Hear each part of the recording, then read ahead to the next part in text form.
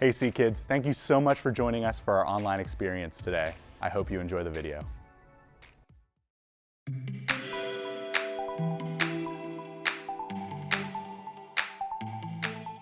What's up, y'all? It's me, Chris. Tonight is the big night. It's it. Owensboro's Got Talent. We made it to the big show. Oh, y'all heard that? It's the audience, and it sounds like a full house. Oh man, I've come a long way from my first audition. To just moments away from my big stage debut. To get this far has taken a lot of courage. Courage is being brave enough to do what you should do, even when you're afraid. God has been with me the whole way, and I know He's gonna be with me tonight. I don't know if I'm gonna come in first place, but I do know that I'm gonna give the other contestants a run for their money. Where are the other contestants? Wonder where they could be. Oh, why is the door locked? We're not coming out. But the show is starting in 2 minutes. We're not going on.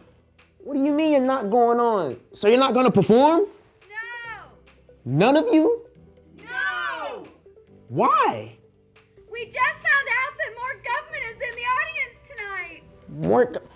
I don't even know who that is. Only the biggest Broadway producer ever. So you're gonna let one guy scare you? Yes. Go away. I'm not feeling as confident as I was a second ago. I mean, it's one thing to go out there and perform when I know there's gonna be other people performing with me, but alone, nah, that's a whole different story. I gotta make up my mind soon.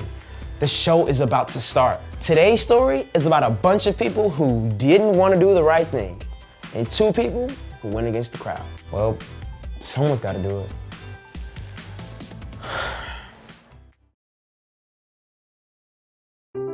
The Bible. It's 66 books of history, stories, letters, and poetry that fit together to form God's one big story. The epic adventure of how He created us and loves us so much that He made a way to rescue us. As we travel through the Bible, from Genesis to Revelation, we discover people who met God and found their lives changed forever. And now for an amazing story, inspired by the book of Numbers. Chapter 13. Moses was 80 years old, living the quiet life, when God challenged him to return to Egypt and demand freedom for the Israelites. After terrible plagues, a scary trip through the Red Sea, and a dry, hot trek across the desert, Moses and the Israelites had finally reached the edge of the land God had promised to them. God told Moses, "Send some men to check out the land of Canaan. I am giving it to the Israelites. Send one leader from each of Israel's tribes." Moses called together the leaders of each of the 12 tribes.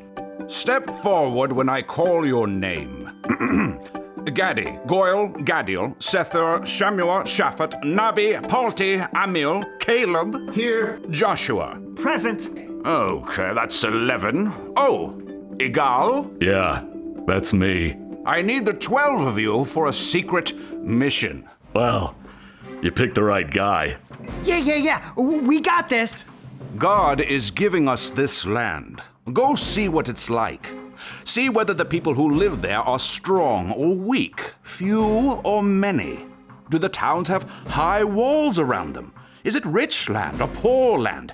Do your best to bring back some of the fruit of the land. You can count on us. Would you prefer grapes or pomegranates? Shove off, kids. I'm in charge of this little spy expedition. The 12 men set off to explore Canaan. For 40 days, they traveled the land. Day 1. Broke a sandal strap. But look how rich the land is. Practically flowing with milk, and wow, just look at this honeycomb. Ah! A bee sting. Well, that ain't so good. What about those giant piles of rocks over there? You mean the cities? Those are cities? They gotta be built by giants. Giants? Moses didn't say a word about giants. But check out the size of these amazing grapes. Ah! Even the grapes are giants. This mission it's impossible. After 40 days, the men returned to the Israelite camp to report. They brought with them a bunch of grapes so large it had to be carried on a pole between two men. Well, how did your mission go? Canaan is incredible. The land is so rich. I mean, have you ever seen a grape the size of a baby hippopotamus? Oh, this is fantastic news. Hold it. Not so fast. The people there are powerful. So powerful. And their cities have ginormous walls. So ginormous. And the people are taller than giants. So gigantic. Joshua and Caleb listened in disbelief. But God led us here. We should go up and take the land. Yes, if we want to be stamped on like grasshoppers. Igal and the others spread terrible, scary stories about the land all through the camp. By evening, panic had descended, and the Israelites crowded around Aaron and Moses. Why did the Lord bring us here? Those people will capture our families. I wish we just died in Egypt. We should just go back there. Let's pick another leader. Moses and Aaron threw themselves down on the ground before the Lord. Joshua and Caleb tore their clothes as a sign of great distress. They pleaded with the people. Listen, the land totally rocks. If God is pleased with us, he'll lead us there and give us the land. But we've got to do what God says. Don't be afraid of the people in the land. The Lord is with us. We can defeat them. The Israelites were too scared to listen. In fact, they started planning ways to get rid of Joshua and Caleb. Before they could take action, the glory of the Lord appeared in brilliant light over the tent of meeting, so everyone could see. Then the Lord spoke to Moses. How long will these people refuse to believe in me?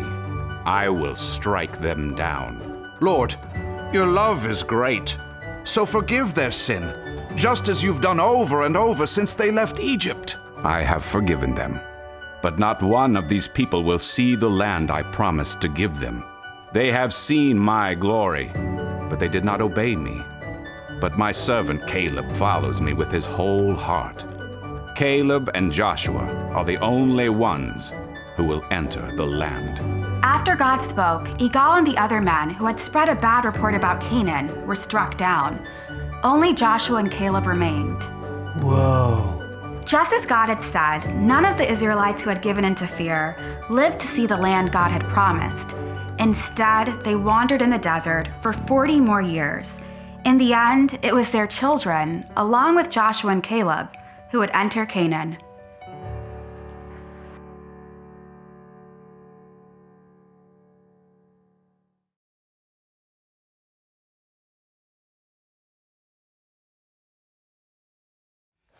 Well, I did it. I sang in front of people. I didn't win, but I did sing in front of people. And you wanna know what the cool part was? I wasn't the only one. Nah, man.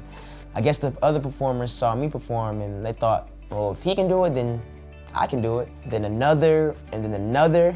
Look, we put on a real show tonight. It isn't easy being the only one to have courage.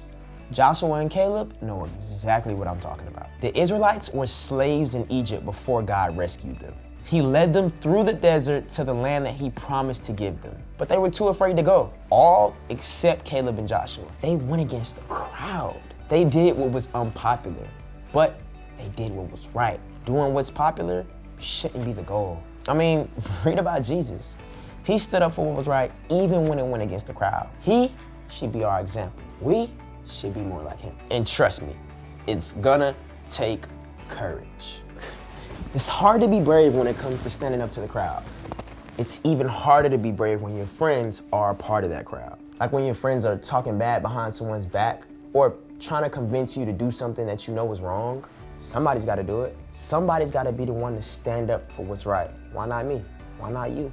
The one thing to remember today is you can do what you should even when others are afraid.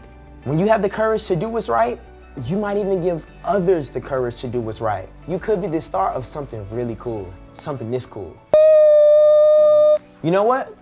Now that I've gotten over my fear of performing in front of people, I think it's time I tackle some of my other fears, like ice fishing, bungee jumping, zip lining, wakeboarding. So many choices. Guess I better get started. See y'all later.